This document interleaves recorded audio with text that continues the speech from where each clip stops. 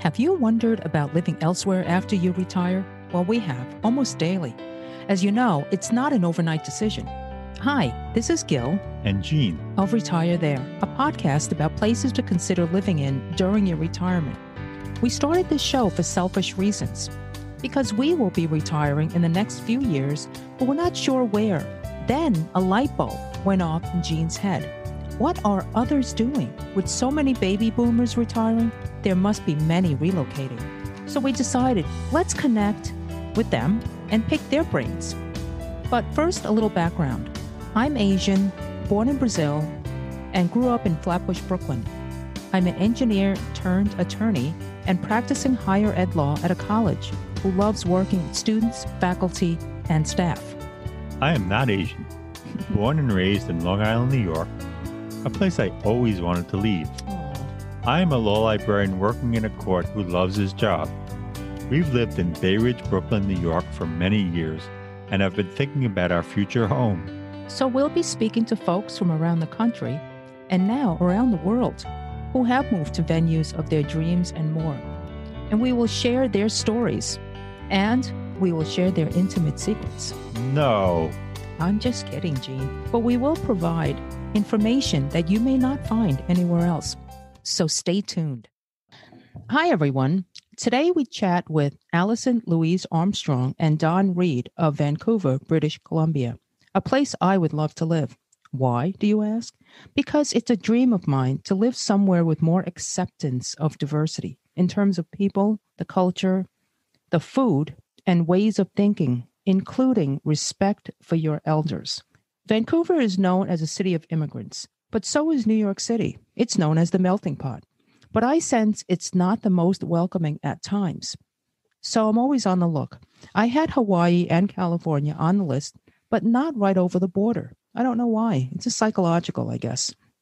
Jean, we really need to take stock of ourselves and what we now know. It took a podcast to open our eyes. Alison and Don did not retire to Vancouver per se. They traveled the world thinking that one of those locales would be their retirement home. But they missed friends and family and realized everything they wanted was right in Vancouver. So here they are. They note, however, one never knows. Now, here's some background about our guests. Don was born and raised in Whitley Bay, a seaside town on the northeast coast of England. At the age of 23, he emigrated to Canada. He attended University in Vancouver, then earned his master's and doctorate degrees in neuropsychology at McGill University in Montreal.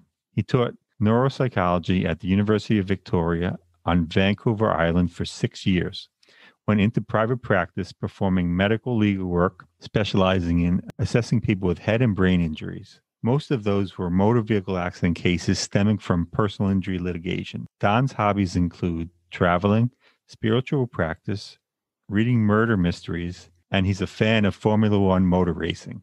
Alison was born and raised in Australia, first Melbourne, then Canberra.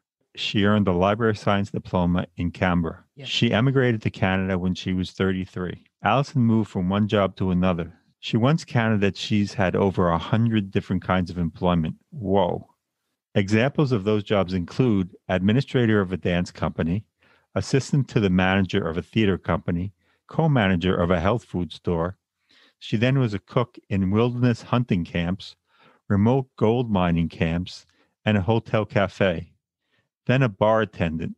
She worked on a tobacco farm, a bookstore sales clerk, a highway construction flag person, a domestic cleaner, box office manager at a theater company, self-employed as a hypnotherapist, breath therapist, artist, and of course, back in her 20s as a librarian. Her interests include traveling, writing, photography, sewing, fashion, and spiritual practice. And she's a fan of competitive figure skating. Speaking of skating, my head is spinning right now, pronouncing all these job titles. It would have been less work to list the jobs she has not held. Okay, welcome, Alison and Don. Thank you. We are so honored to have you on our show. Jean and I love your blog, Adventures in Wonderland, where you cover your nomadic travels, including Spain, India, Bali, Australia, Southeast Asia, Sweden, Mexico, South America, New Zealand, and Cyprus. So, without further ado, would you share with our listeners your journey since retirement and how you ultimately settled in Vancouver? First, thank you so much for having us. Mm-hmm. This is just delightful. We're really quite honored. Do you want to start? Shall you start with your story? Yeah. Yes.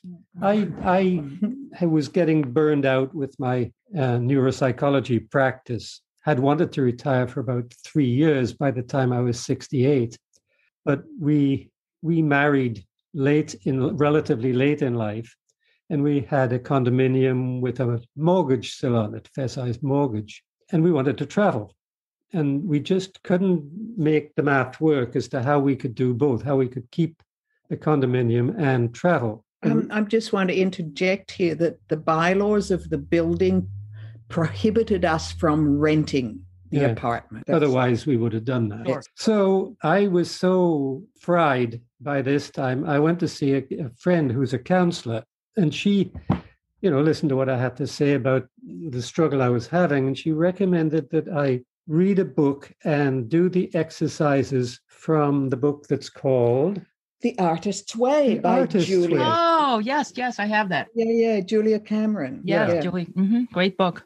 Yeah. So I read the first chapter, and the first exercise is every morning when you first wake up, before you do anything else, write 3 pages of longhand, and you just dump. It's like a data dump of all the crap that's in your head. Mm-hmm. You get it down on paper. Mm-hmm. So I started doing this, and the first 2 days it was crap. And I got about halfway through the third day, and I suddenly wrote, well, we could always sell our home and then use that money to go traveling. And I was like, where did that come from? Interesting. So I was a little hesitant, but I said to Alison, I just had this thought about we could sell our condo and go traveling. And Alison said, yeah. I was trying to be an adult, you see, at the time. I was trying to say, well, it's just an idea. By the next day, there was no question by the next day. I can't imagine Alison being afraid of anything. She's not. No. Well, I certainly was not afraid of that. I just thought that I should be an adult. Yeah. Can't imagine why. But, Yeah, I love it. I never want to grow up. No, it was just right. Yes. There was absolute clarity for both of us that we could sell the condo, we could pay all of our debts, we could have a big pile of money left over to stay with. Yeah. We knew we'd never get back into the housing market in Vancouver. Mm-hmm. The way house prices were going at that time. And we didn't care. It was like, not important, not relevant. And the apartment was in the city of Vancouver or outside? No, in the city. In city. Wow. Yeah. Right in the city. Lovely garden apartment. So you got some nice change from that. Yes. Yeah, we got a good chunk of change. Mm-hmm. We bought the apartment when there was a lot of problems with new apartment buildings where the builders hadn't done a good job in making a protective envelope for the building. Wow. And so there were a lot of condos where they had to basically redo the whole condominium, all the outside. And we bought while it still had the blue top all around. Oh, wow. Wow. And we just knew they were going to do a good job on it. And we got a great price, and we moved in, and eventually, the repairs were completed, and it was great. And so we made a bundle because then the price started going back up. Sure, yeah. Nice. So it took 3 months to exit my practice because it had been a full-time practice. Mm-hmm. And I was sort of hired by a company to be their neuropsychologist. Sure. And I promised I would find them someone to replace me. Mm-hmm. Mm-hmm. So you were basically the expert witness, yes? Yeah, I was the expert, Mm-hmm. who could give testimony in court about these things. Right. It seemed like doors opened. When you make this magic. commitment, magic happened. And so a guy I knew in Toronto phoned me up and said, I'm thinking of moving to Vancouver. Is anything out there? Wow. Well, no. Wow. So he took over the practice. Oh, my goodness. That's wonderful. What time?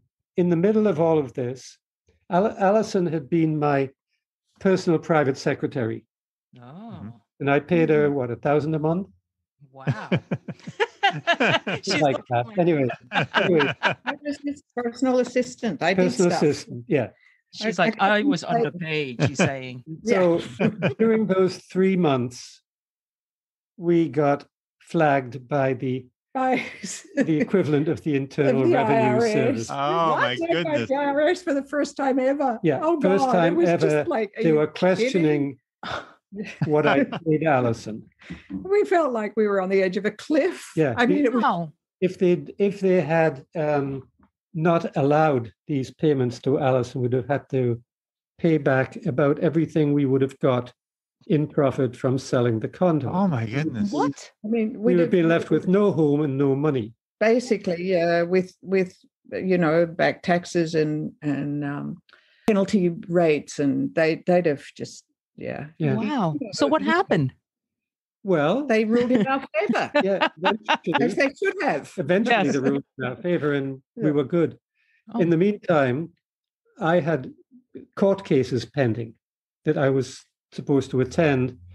The latest one, I think, was September the 21st, somewhere around there. The same, we couldn't make plans to leave until we couldn't do anything. Couldn't do anything. We were kind of, in limbo. Stuck. But I think it was the same day we got the letter saying It was exactly the same day. We got a letter from Canada Revenue saying they'd ruled in our favor. This case is closed. Oh, wow. And Don got a phone call saying the court case had settled out of court Wonderful. Wow. on exactly the same day. Unbelievable. Oh, wow. This was meant to be. Yeah, it really was. Absolutely, yes. Mm-hmm. I'm getting goosebumps. Yeah, me too. Yeah. So these think. doors just kept on opening. The condo sold almost immediately. Yeah. And Yeah. we moved out. Fortunately, we were in good standing in the building. So the building manager Don had been on the Strata Council I'd been the chair of the Strata Council for a few years and got on well with the building manager. So we moved into one of the guest suites in the building.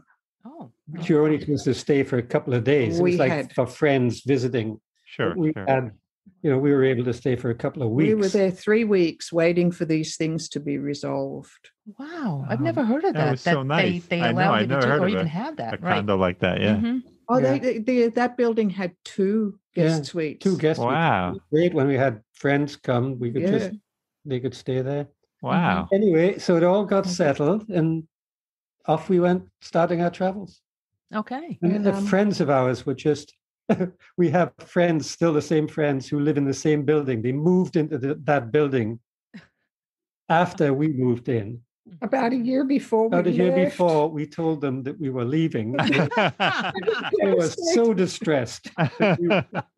Come live here and have fun with us, but bye. We felt abandoned. Yeah. The overarching story is from that point, September 2011 through 2017. So it was nearly 6 years. We were on the road. We had no home anywhere.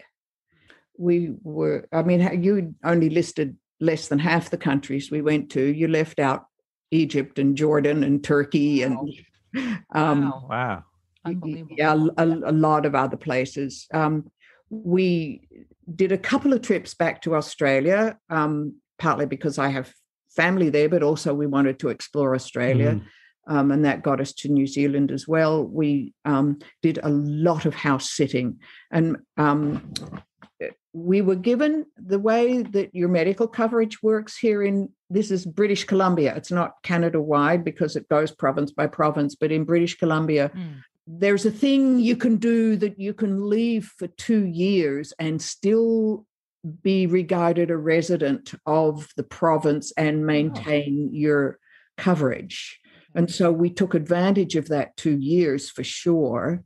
And then after that, we had to be in province for 5 months of every year.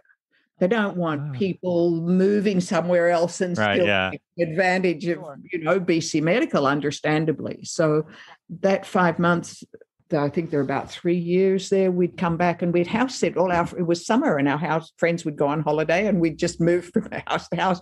I once counted, there were 2 separate summers where we moved to 11 different places in 5 months. Wow. Goodness. Yeah. So that's 20 weeks, 11 homes. You know what's very common with that is, have you heard of the FIRE movement? I'm sure you've heard of the FIRE movement. No, just on your podcast, something early retire, something. Yes. The FIRE movement, well, I'm sure it's big also abroad, but it's financial independence, retire early. It's right. a movement that started, I don't know, maybe 10 years ago, but it's becoming more and more popular in that people move, and part of it is to reduce all their debt. In doing that, they sell their house or they move out of where they're paying high rent, and they house sit for X number of, I don't know, months, years to bring down their cost. So it's kind of like what you did, which is brilliant. Yeah. Okay. So of course, when we were on the road, it was a really wide range of, from hotels, but 3-star hotels, more or less. Occasionally we'd go into a dump and kind of cringe. And you should tell them that story of that place in Merida, but we'll get to that. I want to hear it. Yeah. Anyway, so hotels, usually 3-star hotels, so something reasonably comfortable. All through New Zealand, we were in hostels because hostels in New Zealand are fabulous. Oh, okay. And you can get a private room. Oh. We found another great hospital in Merida, again, hostel in Merida, where we got a private room with our own, and someone in Queenstown in New Zealand, our own bathroom even. Wow. In hostels where it's great. You meet lots of people. Yeah. We heard they were really good in New Zealand, and they were. I've also heard they're really good in Portugal. So we're hoping to get there one day.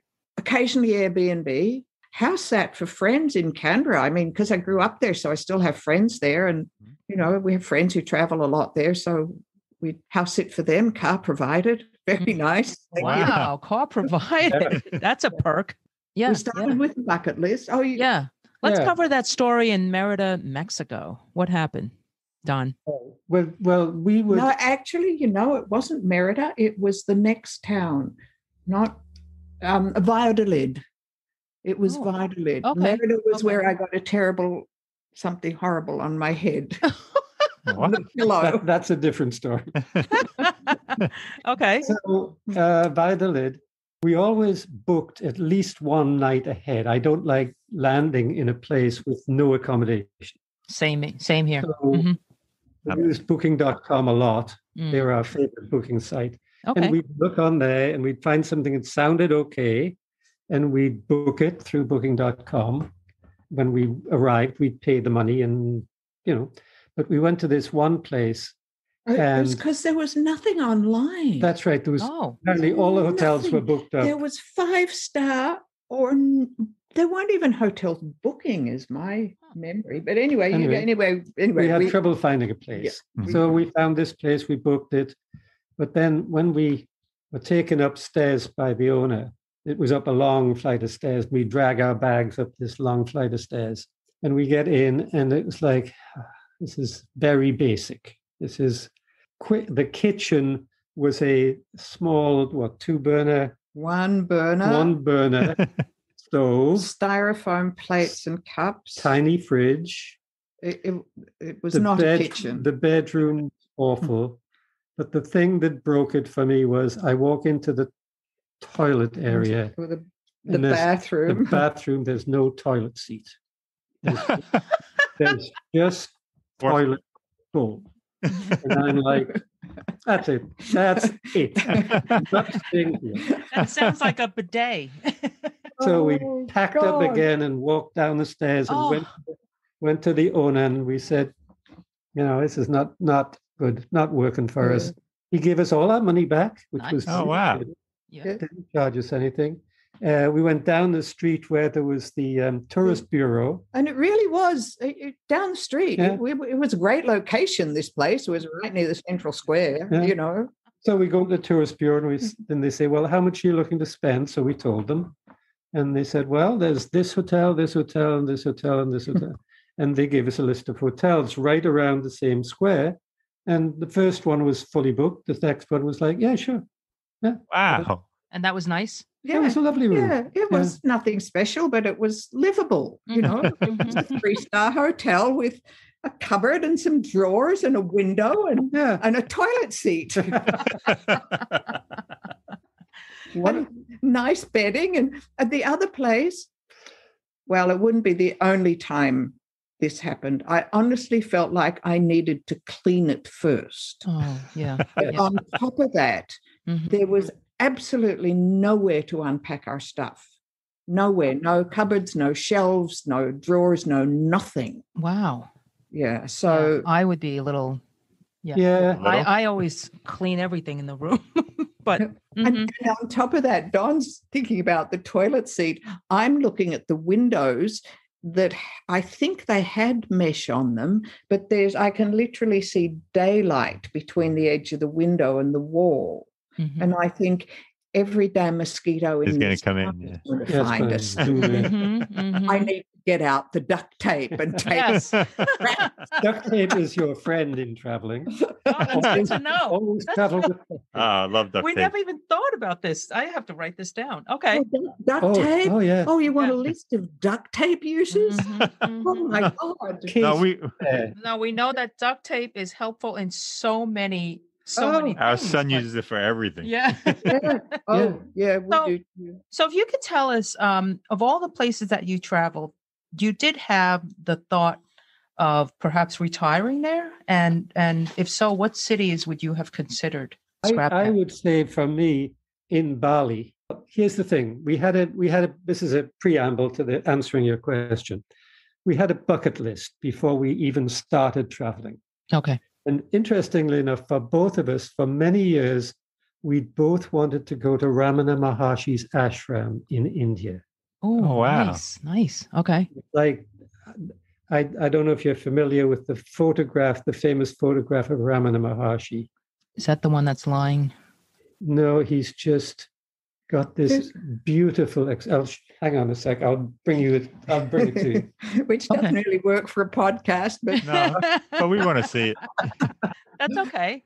Yeah, so we spent 3 months there in Tiruvannamalai, and every day we would go up to Ramana's ashram. It was really absolutely magical, beautiful. But Tiru is another story, which... Yeah, Tiru is a hole in the ground. Anyway, this is Ramana Maharshi. This is a famous photograph of Ramana. Okay. So I see and it. I took one look at that and said, whatever he's got, I want it. Okay, so we went, and as it happened, we actually have friends who live in Tiruvannamalai. They've lived there for many years. They have their own home, and they were able to find us an apartment to rent for 3 months? 3 months we were there. 3 months we were there. So they were able to arrange this apartment for us, which is very fortunate. But Tiru is a hole. It's a grubby Indian town. It's an Indian town. Yeah. With a lot of Westerners because of the ashram, and so there's some quite nice Western restaurants. But this was my first time traveling. Well, both of us, first time in India. First time in India, first time really for me traveling abroad, apart from coming to Canada when I was 23. Oh, Vietnam. That was prior. Was it? Vietnam with Ruth, yes. Oh, right. So you wouldn't travel anywhere till you went to Vietnam. That's right. I wouldn't travel anywhere. Okay. Go ahead. So this was, but still, culture shock, yes? Big time. Terrible culture shock. Yeah. And so after 3 months, I was done with India. I was never going back to India. There's no way. But we went to Bali from India. And it was like, oh, yeah. And we had a beautiful room overlooking a rice paddy. The food was fabulous. The people were gorgeous. I don't know. Have you been to Bali? No, we just did an episode on Bali. We interviewed a guy from Bali who retired there. I listened to half of it yesterday. Yes, very interesting. Well, it's just the way he describes it. In the mornings, there are young men and young women carrying trays of offerings that they put on every car, on every motorbike seat, in the doorways of businesses. They're little blessings, little things offering. made with palm leaves folded into a little sort of container that has flowers in it. I mean, wow, magical. Yeah, it's beautiful. It's just this sense of the spiritual life being lived yes, out loud, which I love. Just love that. Well, actually, it's the spiritual life being lived quietly. In India, it's lived out loud. True. That's great. True. That's great. And by the way, he said he would never go back to India again, ever. And we've been back 3 times after that visit. No. But different places, right? Different cities? Different places, yes. Yeah. So for you, it was Bali. Was there anywhere else that you thought you might retire? One of the Mexican cities, probably. La Manzanilla. Yeah, La Manzanilla, which is a little fishing village on the coast, on the west coast. Mm-hmm. Mm-hmm. And we have friends who have we have friends who had a house there. Had a house there with a rental property in the grounds of the house. Okay. Which was heaven. Really? So that's on Baja? No, it's not on the Baja. It's on the south of Puerto Vallarta. Okay, okay. Mm-hmm. Yeah. We just heard about Manzanilla yesterday. That there's some crime there, right? Manzanillo, which is an industrial town, and La Manzanilla, which is where we stayed, which is a fishing village, and still is a Mexican fishing village, and it's a beach that Mexicans go to on popular. Their holidays. Nice. Great crowds of Mexicans from Guadalajara who come for the weekend. So it's quite authentic. It's lovely. And there's a small expat community there. So let me just go back a moment. So you were in Bali for 3 months. You fell in love. No? Bali for 1 month. 1 month. India for 3 months. Yeah. Okay. And you said that you had considered maybe retiring there. What changed your mind, rather? Well, I think it's the one thing that kept bringing us back to Vancouver. Our friends are here. Mm-hmm. We speak the language. Mm-hmm. We're familiar with the culture. So I'm curious, though, what was the thought process when you took off after you sold off everything? Was the thought process, hey, we're going to travel and then come back? Or I'm trying to get into your mind. No, the thought process was very much, this is completely open-ended. Yeah. We have no idea what we're going to do. Got it. Okay, understood. And so places would come up and the idea would arise. And for me, it was Australia. I thought maybe we'll retire in Australia. I mean, the climate's better, nothing else. Right. And I had citizenship and Don could probably get it. Sure. And the other place for me was, La Manzanilla. Oh, okay. I think there was a third place, so La Manzanilla, of course, we would be faced with learning a new language. Sure. Which was one of the things that, apart from wanting to be in Vancouver because we have community here, and many, many advantages of Vancouver and the Canadian infrastructure and all of that, which we could go into, we both felt like it was too much. Well, I'm certainly speaking for myself. I just didn't want to have to learn a new language. Sure. And we practiced. We did a lot of travel in Spanish-speaking countries, and our Spanish got better and better, but not to conversation level. Yeah. Sure. Yeah. It's interesting. We've interviewed quite a few folks who have retired to these places, specifically those Spanish-speaking countries, and even the guy in Bali, and they. It's interesting. There's 2 schools of thought, or 2 types of people. There are those that believe, you really have to immerse to enjoy and engage the culture. And then there are those who rely on what little they know of the language, and that suffices for them to live the rest of their lives. And I've always wondered what camp we would fall in, because all I know is that I would want to, more than the basic level of the language, right, to enjoy. Yes. Yeah. And so it's just really making me think about if we were retired somewhere else, how easy it would be to fall into being a part of the expat community because of the language. Yes. Yes. So Yeah. that's where you can make real connections. And I'm suddenly getting this real clarity, this real insight about why that happens when people emigrate to a country. Like here we have a huge Vietnamese population, a fairly big Japanese, a fairly big Indian. And I bet amongst almost all of them, their closest friends and associates are the people from their own country who speak their language. Yeah. Absolutely. Sure, yeah. No, absolutely. Yeah. And so, I really understand that because I know that I would have fallen into the camp of, well, I'll stick with people who speak English. Yeah. Exactly. That's where I'll make, me too. That's where I'll make meaningful friendships and connection. Right. And I'll run along in whatever other language to buy my groceries and get a driver's license. Right. Yeah. That's the case of most of the expats we've spoken to. Yeah. And that's a really good point. Yeah. So I think there was another place I thought of, Bali too. I mean, Bali is heaven. Yeah. It's just, I mean, it really is. And we had the most fabulous guide there. He spoke English, of course, and we established a beautiful, beautiful connection with him. And he took us with his wife to the temple ceremonies that non-Balinese normally don't get to go to. And special.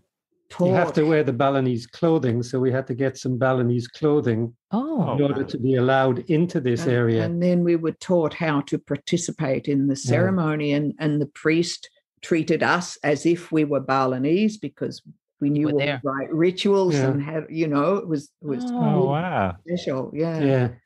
And we were taken to a Balinese cremation.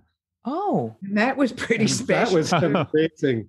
Cremation of someone from a village. Yeah. And the tradition there is that everyone in the village attends the cremation. Everyone. It's like honoring the passing of someone from the community. Oh, that's so nice. Wow, yeah. That is so nice. So people are sitting around, they're having food, they're chatting, but in the center is this enormous natural gas-fired pyre. And you can see the body on the wood, and you can see it as it's cremated. It was just see the body cremated. Wow. It's not closed off. No. Same in India. Same in India. You can stand and watch it. God, that would be culture shock, right? Well, it's for Americans. That's cool, though. Yeah. It's so honest. Yes, it's so honest and so respectful. We all die. Yeah. Yes. Yeah. Oh, that is so interesting. Yeah. Let's move to Vancouver because there is so much to talk about. Yeah. Now I'm fascinated by all that too, but we do want to delve into Vancouver. Can you tell us, let's start off with cost of living, and we know it's expensive, but tell us about, seniors and all that. All right. Well, I was just checking this morning because I thought you might ask these kind of questions. The average rental cost for a one-bedroom apartment in Vancouver is 2,000 Canadian dollars. Wow. Wow. Now, remember, you folks, your American dollar is worth $1.25 Canadian. So, So it's a little less. Yeah. Yeah. It's a little less.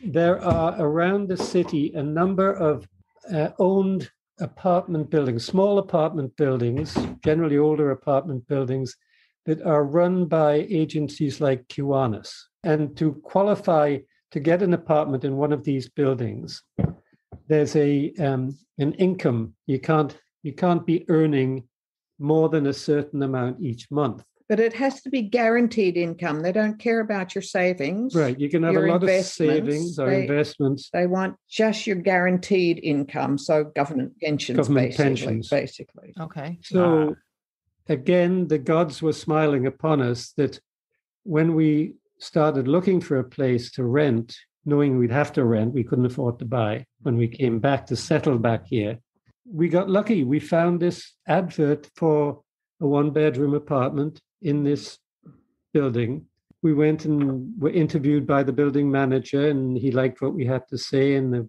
the monies were right. So we have a 1-bedroom apartment for less than $700 a month. What? Oh my goodness.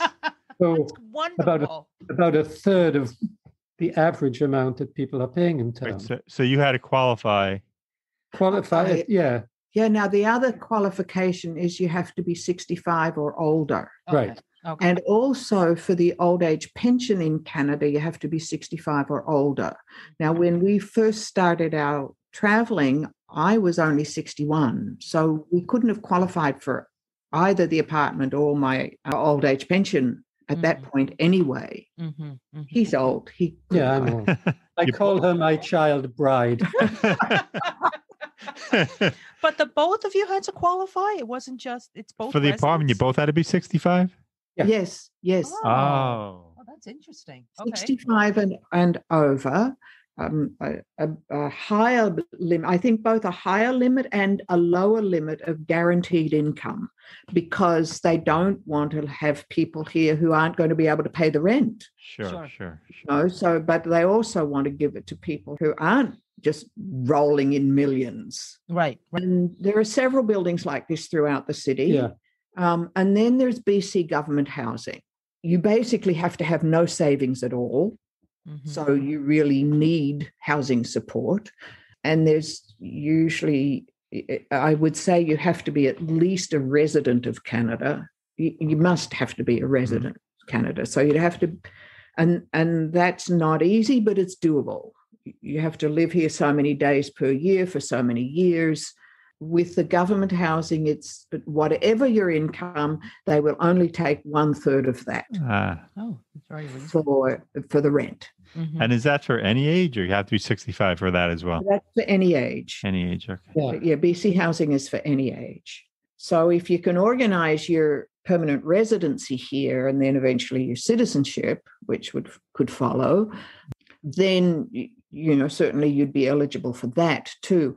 Other things here, car insurance is pretty darn pricey. Yeah, I mean, probably nothing compared with New York, but for Canada, it's at the high end. It's expensive.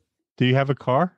Yeah. Oh, yeah. We have a 2009 Honda Civic, which we Nice. Oh, well, those are good cars. Yeah, forever. They've run forever. Knock on wood. Yeah, knock on wood. Yeah. But you live in the city of Vancouver, so you're right downtown, yes? The east side, you said, right? Downtown, no. Okay. We're on the east side of Vancouver.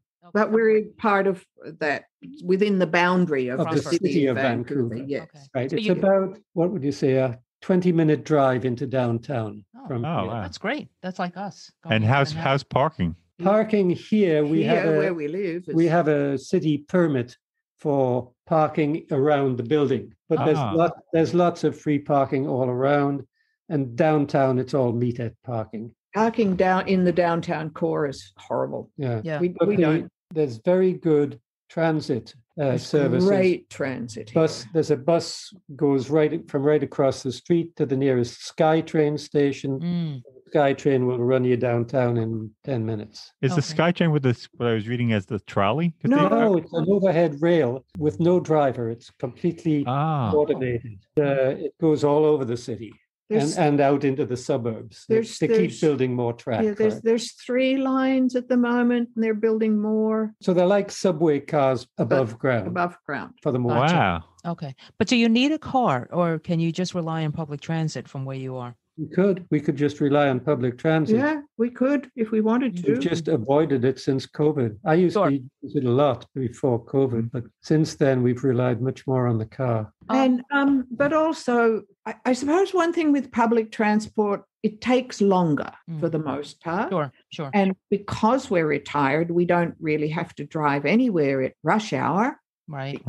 We very frequently will organize our our day around avoiding rush hour traffic. That's smart. But, if say my dentist happens to be downtown, well, I could literally walk out the front of the apartment, cross the road and get a bus and then a SkyTrain and then walk for 10 minutes and be at the dentist. Or I can get Don to drive me to a SkyTrain station and then get the SkyTrain. Generally, for going downtown, we'll stick to the SkyTrain. Parking is horrendous down there anyway and expensive. Okay. And it's easy to get on the SkyTrain. I mean, they come pretty quickly, I guess. It's just every 3 minutes. Every 3 minutes. Wow. Really quickly, yeah. Wow. Okay. Yeah, the SkyTrain is fabulous. The buses are a little slower, but there's beelines on, there's major bus routes where they only stop. Express buses. They're express buses, basically. Okay. Stop at major intersections. So, yeah, the infrastructure is great. It's really good. The parks and gardens are fabulous. Yeah. They're all over the city. There's green space. There's hiking space.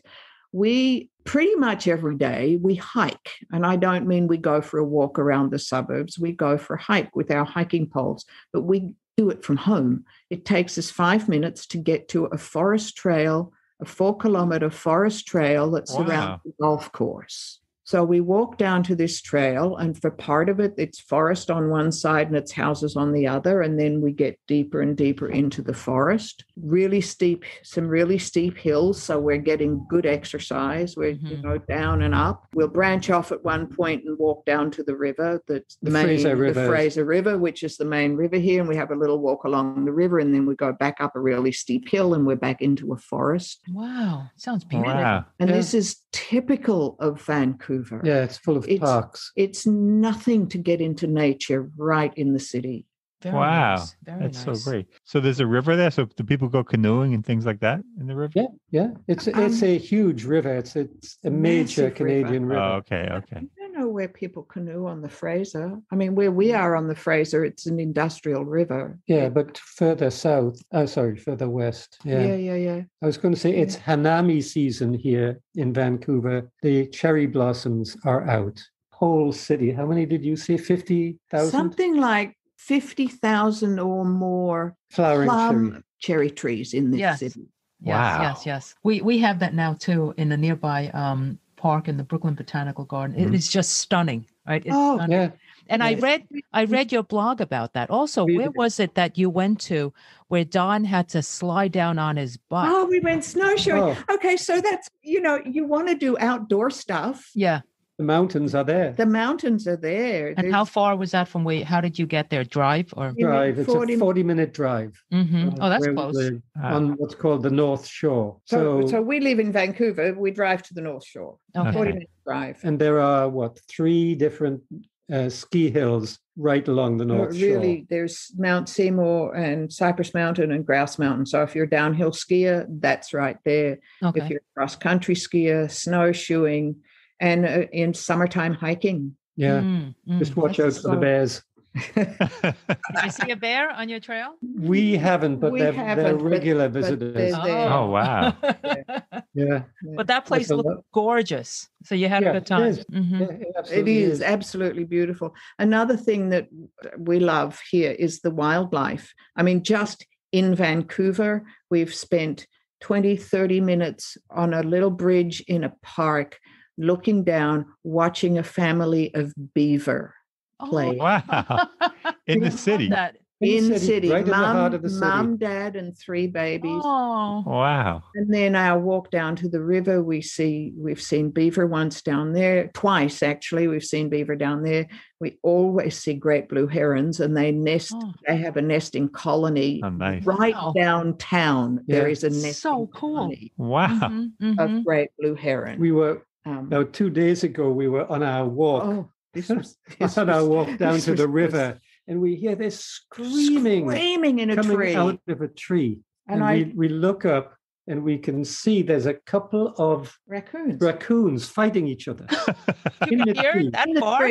screaming at each other. First, I thought, oh, God, it's a raccoon has got a cat. Yeah. Because people do lose their pets. Yes, to Sure, yeah. raccoons. you'll see signs around the city, lost cat. No, No, cat dinner.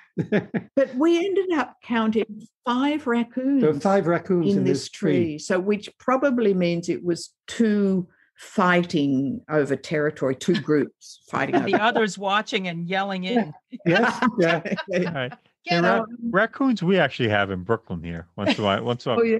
Especially if we were really late at night driving. We'll see them. Also, we have a possum. A possum, believe it or not, Yeah. in Brooklyn. Yes. Right. Oh, There's a huge park right in downtown called Stanley Park, and it was left to the city by Lord Stanley, 100 years ago. Oh, wow. In perpetuity, never allowed to build in the park. Nice. That's nice. And great. people are just fierce about protecting the park. Sure. So there are lakes within the park and lots of walking trails. And we went one day with a friend. Alison had promised to show this friend Raccoons. I said, I'd seen one raccoon once 4 years previously around this lake.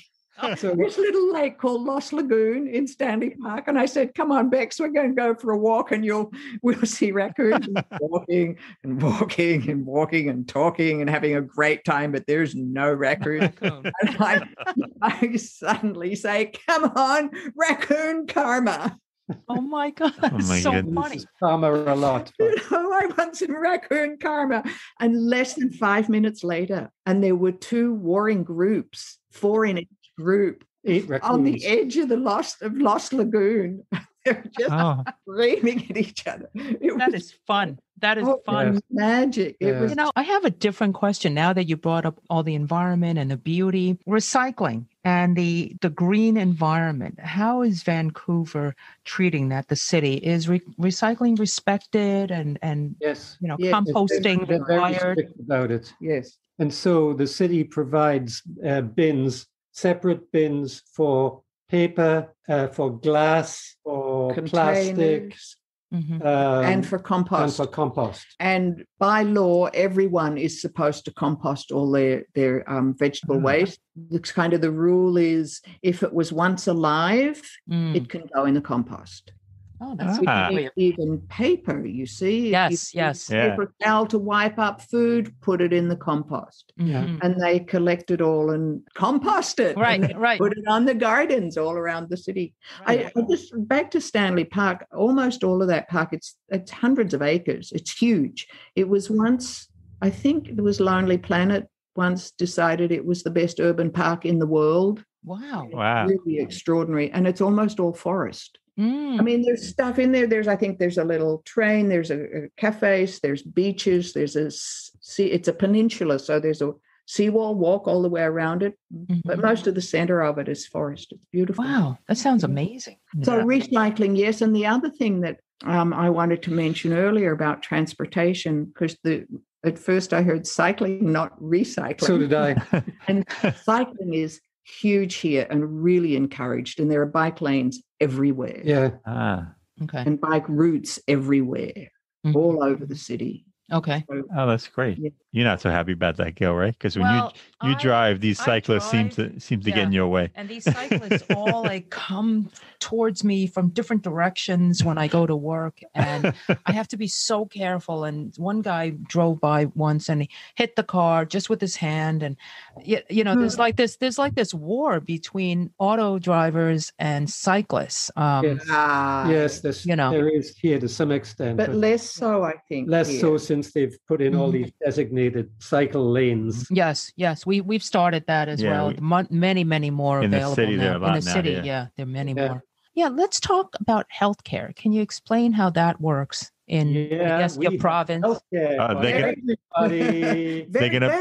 They're bragging now. Yeah. Yes, we are. We are. Socialist government in British Columbia no longer charges us a monthly fee for the medical services. Wow. Oh, nice. It's completely eliminated. It's just because we're old, isn't it? Or they? No, it's for everybody. You kidding? I didn't.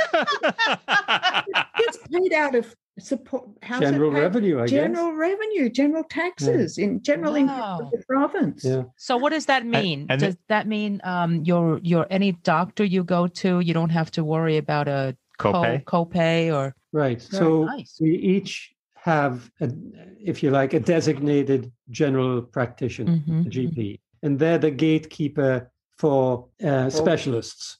So, HMO. if you've got a hip problem, you think your hip's starting to go, you have to go to the GP, and then they'll say, well, we'll get x-rays or we'll get an MRI. And then if that shows it up, we'll refer you to the hip surgeon. So you can't just do that independently. If your GP says, I don't think you have something because he's very conservative and you want that expert. We run into that. There are private pay practitioners around town, including MRIs and other things that you can go and pay a bunch of money to jump the queue. And what do you think of your GPs? Are they good? Yeah, mine's great. Yeah.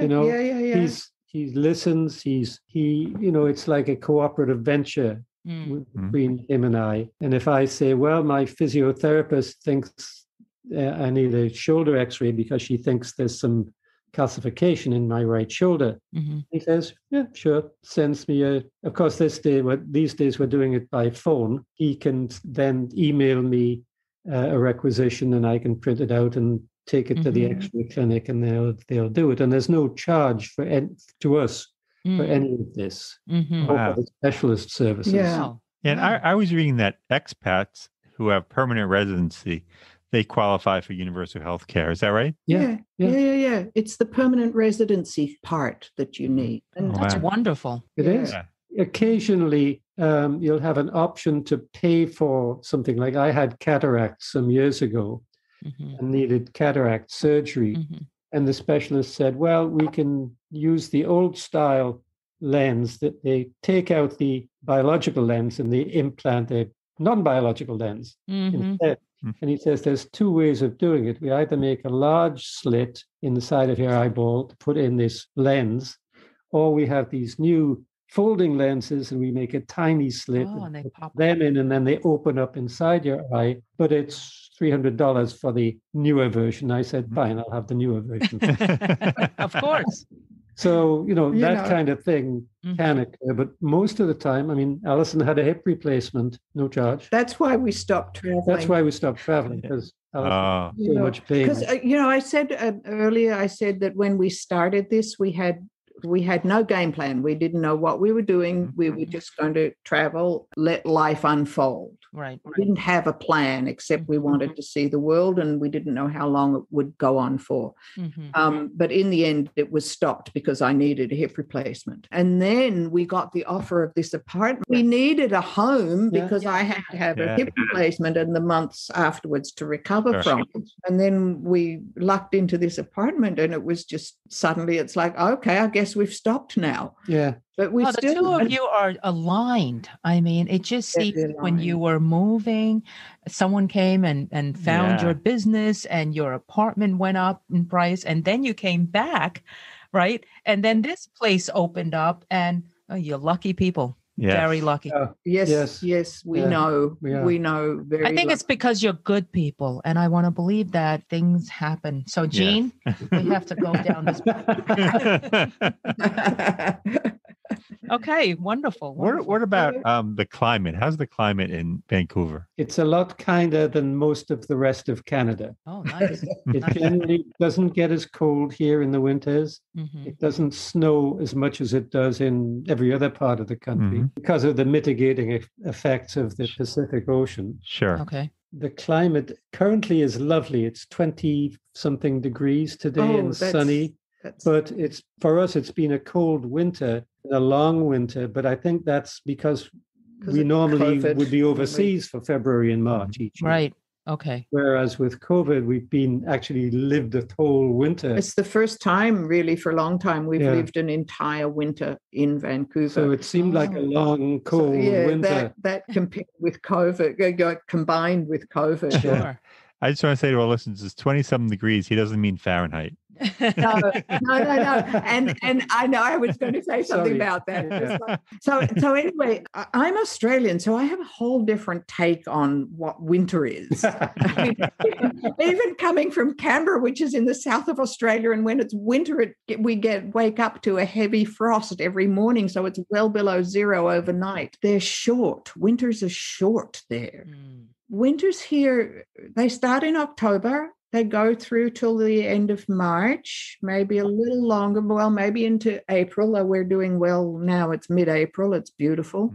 It can be below freezing overnight. It can be chilly during the day. You'll have to do the temperature conversions, but, maybe 4 or 5 degrees. And it rains a lot in the winter. It's a rainforest area. I came from the northeast of England. He came from the northeast of England. Where the skies are always grey.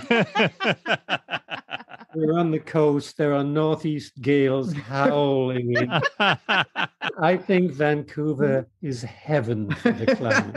Okay. But the other thing, the other thing I wanted to say was it snows here every winter, maybe twice. We'll get a big dump of snow, and then within a couple of days, the rain has come and washed it all away. Not like weeks or months on end of snow. Right. And the comparison, I lived in the Yukon for nearly 10 years. Oh, wow. Wow. Now, winter there starts in September and goes through to May. And there is literally snow on the ground for 7 months of the year. Hard to walk. No green at all. There's snow for 7 months of the year. So Vancouver winters are mild, and the summers, they don't get too hot. They don't get super hot. It can be quite irregular. Some summers can start in March or April, and it'll be sunny nonstop pretty much through the end of September.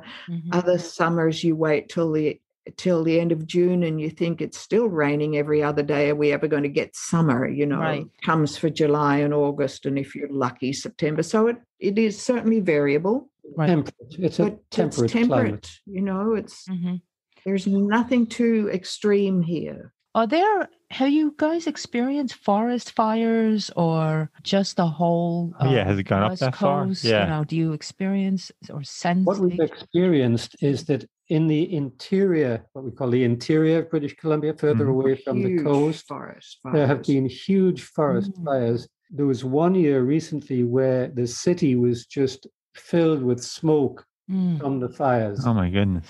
And you could smell it. It wasn't that long ago, 2 or 3 years at most. I felt like it had stolen our summer. Yeah. Because heat was gone with the smoke in the air. And almost all of the fires were lightning strikes. Oh, wow. Interesting. And they have a pretty big forest fire infrastructure because they know it's going to happen every year. Yeah. They know it's going to happen every year, but some years are worse than others. And it's all in the interior. Okay, so that doesn't affect you, really? No. Apart from the smoke, no. Let's move on. How's the cultural scene in Vancouver? Museums? The arts, I guess. Yeah, the arts. Right? Well, it was great until COVID arrived. Yeah, pre-COVID we're talking about. Pre-COVID, lots of music, lots of theatre, plenty of theatre.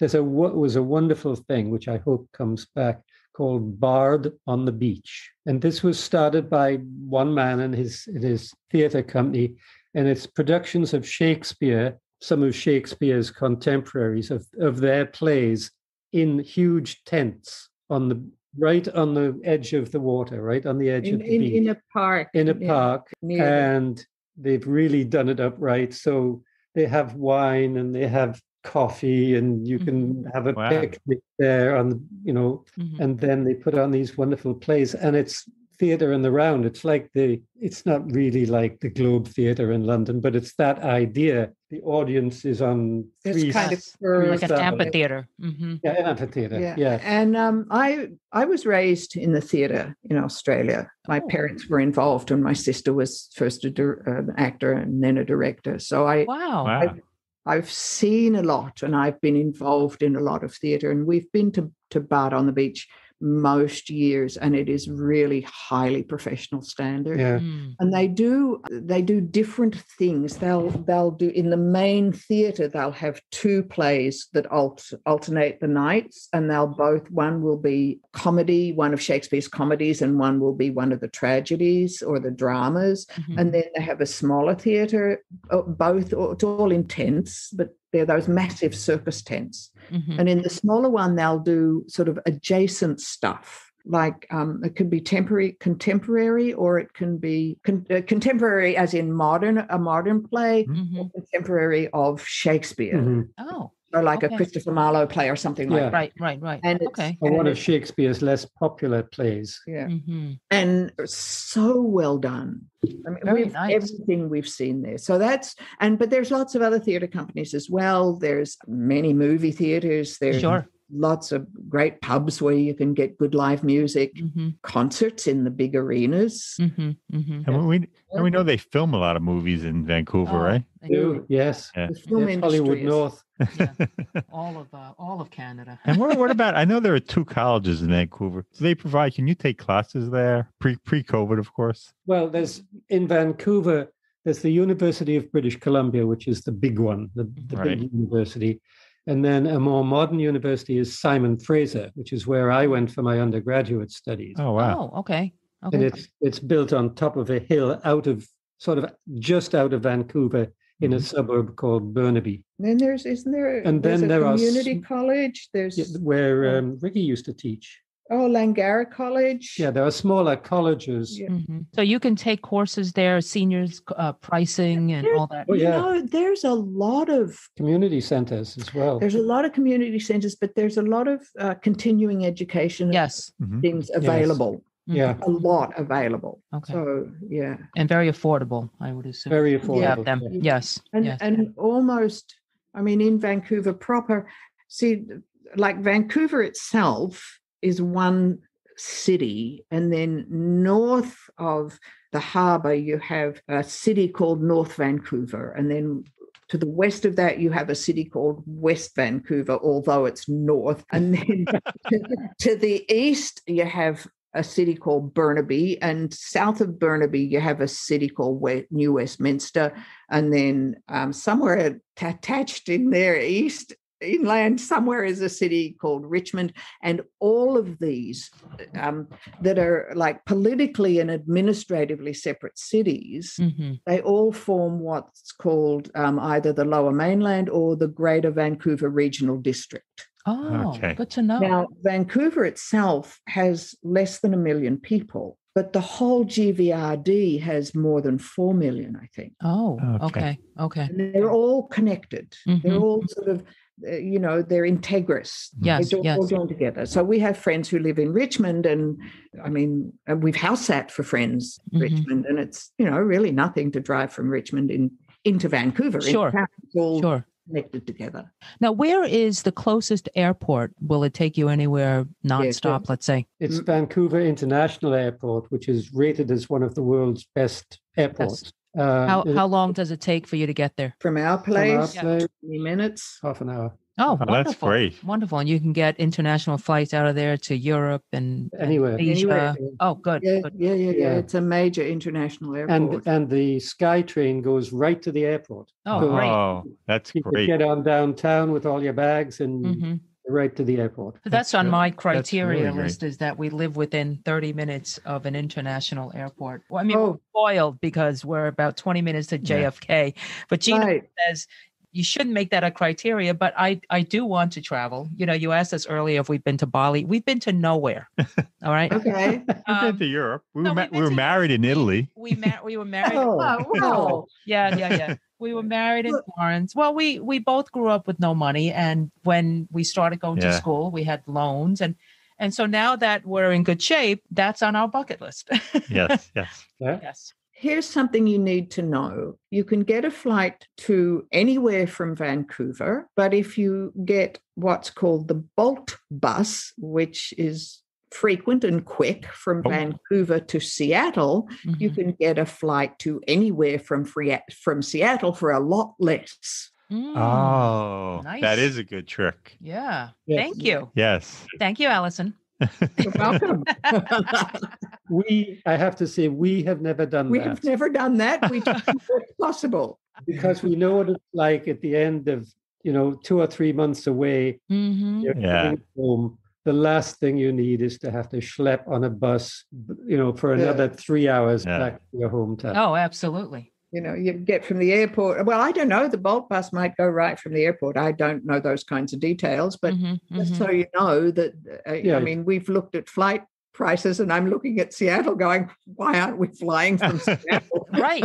Exactly. But see, you guys would be starting with US dollars. For us, we would have to convert our Canadian dollars to US dollars, and we'd pay. And so, but anyway, so you know. No, that's great. How long is the drive to Seattle? 2 hours, if you're lucky. Depends on the border. The border was, it was always at least a half-hour wait to get across, and sometimes 2 hours to get across, depending on, if it was a long weekend. So, in theory, 2 hours.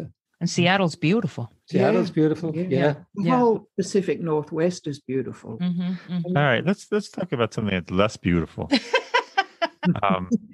I know we have this as well, but I know there's a homeless problem. Oh, well, because when Gene and I met, he had plans to move to the Pacific Northwest. Oh, yeah. I, at the time, said basically no, because my whole family was here. My parents, with the health care issues. And so we stayed. And then now that both our parents on both sides are gone, he's thinking about the Pacific Northwest again. With the weather conditions and all that, and my family still being here, we'll likely stay on the Northeast, kind of the home base, if you will. But we might just give everything up, right? And we stay 3 months at a time. Yeah. Okay. So you were saying, I'm sorry. All right. Come on, give everything up and move somewhere. We have so much. What do you think? We're crazy? No, but you should be. We also have so much stuff. It would take us probably 2 years, and we have started dumping and donating. No, but we now know that if we really wanted to do what they did, we would just hire an estate sale, and anything they don't sell, they give away to charity. Well, that guy in Bali did that. Yeah, that's what he did. Yeah. Yes. But Gene, you're a hoarder. I'm a hoarder. You're a bigger hoarder than I am. And I can't imagine you giving up that control to a third party. That would be very difficult. I'm not a bigger hoarder. The only way you would do it is if it came from some really deep, clear, intuitive place within you, the way it did for me and Dawn. Yes. Because, honestly, I'm the opposite of a hoarder. I live in a small place, if something comes in, something else has to go out. I'm really conscious. 3 times in my life, 3 times, I have gotten rid of everything I own. Wow. Except, a backpack or a suitcase kind of thing. So I'm the opposite of a hoarder. But still, what we did to sell our home, sell our car, sell our furniture, sell or give away everything we owned, it came from a place of such clarity that it was easy. Is that same for you, John? Same for me, yeah. And at that time, it was just the right thing to do. And all these doors kept opening for us. It was just, this is what there is to do. And letting go of stuff. Yeah. It's just stuff. Yeah. Because I was having anxiety at one point just to be a snowbird, because I love plants, and I had about 40 plus plants at my job. Then I had another 50 or so plants in our house. I just became enamored. I knew all about, I wanted to get a degree in botany, and horticulturalism was huge. I also hate ants. So at home, during COVID, I brought home all my office plants. So we basically had an indoor jungle garden here, but we recently had an ant infestation. It came out of some of the plants. I had to make this big decision. And part of that was this whole podcast of us wanting to move eventually. Who's going to take care of our plants? I mean, they need care and love, and they do, and they all need special care because, the Brazilian-born Rhipsalis wouldn't survive without whatever. Anyway, so now we have less and less plants. So giving that up would have been very hard, excruciating. We just took them out one day. You well, wanted me to because take of the them all ants. Yeah, the ants kind of took over my life, and I just said I don't need that kind of stress, and I need spiritual healing. So there you go.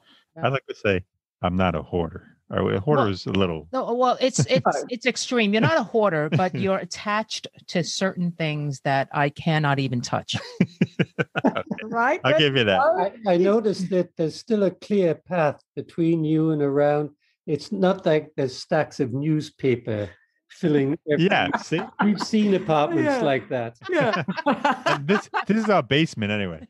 Yeah. It looks pretty good. All right, don't show them the mess. Don't show them the mess. The other thing too is we discovered this house sitting, and we've discovered it ourselves in a small apartment, limited cupboard space. People acquire stuff to fill the amount of space they have. Yeah. Yes. Yeah. Like, every time. Yeah. We've house sat in some really big houses, and we go around and we open every cupboard and every cupboard stuff full of stuff. So if you're really going to retire somewhere else, and you're going to do it in the next few years, I really, really, really, really encourage you to start letting go. We have started. Yeah, no, we have started. We absolutely. We make a trip to the Salvation Army bed every week. Yeah, we do. Oh, great. We just have like a million items to go through. It's a lot, yes. And I love a lot of things that I own. I mean, they make me happy. I don't know what to tell you, but but when you're in another place, your happiness will come from somewhere else. Also, you get so happy when you get rid of stuff. That's when you're really happy. Yes, that's true. That's a newfound happiness. Yes, focus on that one. It's so freeing. It's very lightening. It's so freeing. Feel lighter. With, Absolutely. Absolutely. Okay. All right, let's get to the unhappiness. The unhappiness. I hear there's a homeless population there. Is the city doing anything about it? I mean, it's so sad. Yeah. With the new mayor of the city is much more socialist. I love it. You keep using this word until it's not a trigger. It just comes out. It just comes out. So the new mayor has been doing a lot to provide places for people who are homeless. Having said that, apparently some of these people don't want to be in an apartment. They're just not comfortable. By their nature, they need this freedom. The city is doing more and more to provide low-cost housing. They're building housing. Didn't they? They're taking over these old hotels that used to be called SROs, single room only. Sure. So the city started taking those over because they were so badly run. But there's a homeless problem in this city. It's the old theory, that Canada is on a hill and all the nuts roll to the west. I've never heard that theory, but okay.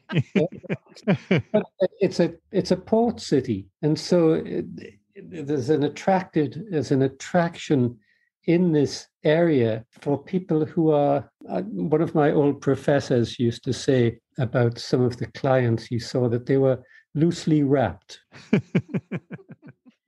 And he said they're loosely wrapped and they come apart, therefore. Yeah. Another side of that story is that within the forests in Stanley Park, the park we were talking about, there are people who live there. The police just quietly leave them alone. Oh, nice. There's not hundreds of them at all. I mean, they're hidden away in the forest. They have their own little place. And I don't know how many there are, maybe half a dozen, maybe a dozen. This is a big park, thousands of acres, hundreds or thousands, whatever.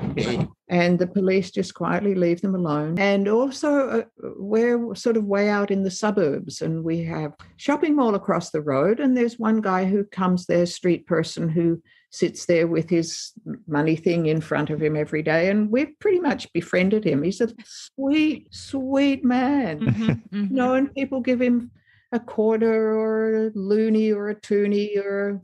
You know what loonies and toonies are? A loonie is $1 and a toonie is $2. So the $1 coin has an image of the bird, a loon. Oh. Okay. And Okay. loony. And I thought someone gave a quarter and sang a song. Oh, no. Oh, no. Oh, I'm speaking Canadian. Oh, like he really appreciates that. so the $2 coin just naturally got called a toonie. A loony and a toonie. Oh, Huh? that's See? funny. Learning something Loony, new every loony. day. Yeah, that's right. Anyway, we always give him $5 if we see him, and because Aw. Mhm. $2 these Yeah. days is nothing. Nothing, yeah. This, You won't buy a cup of coffee. this came from India. This was one of my biggest learnings in India. Every day we would walk from our apartment to the ashram, and we would pass by beggars. Inevitably, anywhere you go Yes, in India, sure. there would be beggars. And I would find myself just sort of tightening up, going into this contraction, Yes. not knowing whether to give money or not feeling guilty if I didn't, feeling Yes. shame. Mhm. So anyway, finally I faced this contraction in myself, and I came to this conclusion that people who are begging are doing the only job they've figured out how to do, that we can't control. Life has its ups and downs. Some people are survivors, some are not. Some do make good decisions, some make bad decisions, but we can't control the circumstances we're born into. So from the circumstances you're born into, you grow up and you do the best you can. You figure out the best kind of job. And this was the best they could figure out to do. The only job that I can figure out to make my life work so I don't starve is sit on the street and ask people for money. Mhm. And so suddenly I wasn't seeing it as begging. I was seeing it as someone doing a job, the best kind of job they could figure out how to do. Fundraisers have that same job. Yes. They absolutely do. And their job is also to fundraise enough to pay their own salary. Interesting. It's just dressed in a whole different package. Wow. I like this. Very Yeah. And so I started collecting 10 rupee notes. 10 rupees is 25 cents. It's nothing to us. To a beggar on the street in India, it's great. He can go buy a cup of chai, if nothing else. Wow. So every time I left home, I'd make sure I had a pocket full of 10 rupee notes. And every time I saw a beggar begging, I would give her 10 rupees. It felt great. And You don't because have to great. think about anything. That's a great story, yeah. And because we were in the same town for 3 months, we saw the same people pretty much every day. And so there was no longer this thing of us and them. It was like a human connection. It was from one human being to another human being. It was lovely. Yes. Mhm. Yes. And so that's really affected how, and I know this guy over the road. It's like, I can't give him 25 cents. 25 cents here, the equivalent would be $5. I'll give him $5. Right. So, Wow. Right. But that's very, very kind and generous. well, it was just reframing it. No, I didn't just think about the reframe- fundraisers that way, but that's that's going to leave Yeah. lasting impression. yes. lasting impression. Although here in the States, a lot of it's psychological problems. Right. The Oh. whole mental health Yeah. area. Yes. Problems. There's mental health problems here, and the fentanyl and opioids are Mhm. a real problem here, but they're being addressed for sure, not Right. being ignored. Yeah. Right. Oh, that's good. There are services that you do have to pay for here in the healthcare field. Glasses, Mhm. hearing aids, Dental, dental, physiotherapists, massage. chiropractors. Oh. So the kind of, the basic major medical problems, the Mhm, things that doctors are particularly good at, surgery, cutting things out, putting things in, very good. Mhm. But then all The periphery the ones. peripheral Right. ones have gradually being cut away. Really, you can have an implant in your mouth, and that could be $2,000. Yeah. Okay, Dentistry could be Well, it would expensive. be- would be, yeah. Yes, it would be here. Yeah. Yes, your dental, you need to factor that in. Here, it depends. Health gets paid by your job. So Right. some people Yeah. have dental, some people don't. Here also you can buy extended medical coverage that would cover your, you'll get all your mainstream medical free from the government, but you can buy extended medical that would cover your And dental. and dental. How's the crime in Vancouver? Is it much of a problem? Not for us. Barely aware of any. We're barely Oh, aware nice. of any. The Oh, one wow. thing that does happen is, as in most cities, there are criminal elements and gangs. Fairly regularly, they shoot each other, which I'm sure the police are just happy to. One less bad attitude. Yeah, Right. it's so rare here that you ever hear. It's funny. There was a shooting here a couple of days ago. Mm-hmm. Like one person. I don't know that we've ever had a mass shooting. Yeah, here, most of the shootings ever. are gang related. Mhm. Yeah, And they're rare. Right. It's really quite rare. We don't have this whole gun issue thing going on. Yeah, I know. We know about that. Yes. Hint, hint. Yeah. Every day there's some other We saw the crazy, movie. Who made that document? Oh, Bowling for Columbine? Yes. For more? Talks about a lot about Canada. Yeah. Yeah. Yeah. I mean, people always ask us, how do you live in New York? And we say, well, there's shooting every day, there's crime every day, But we don't see any. But we don't see it, and we're in one of the big boroughs. But like you said, in any metropolitan city, you will have a level of You can have crime. something. Yeah. But for the most part, we live here safely, and it's not been a problem at all. Yeah, It never occurs to me that Vancouver is unsafe. Mind you, there's some unsavory areas that I wouldn't go walking alone after dark. Right. Mm-hmm. Yeah, but every city has that. Oh, Yeah. yeah, absolutely. Okay. Okay. I think Certainly the Vancouver we live in is beautiful. Oh, believe me, I'm jealous. We'll have to make a visit and determine. Oh, do. Yes, absolutely. Absolutely. Yeah.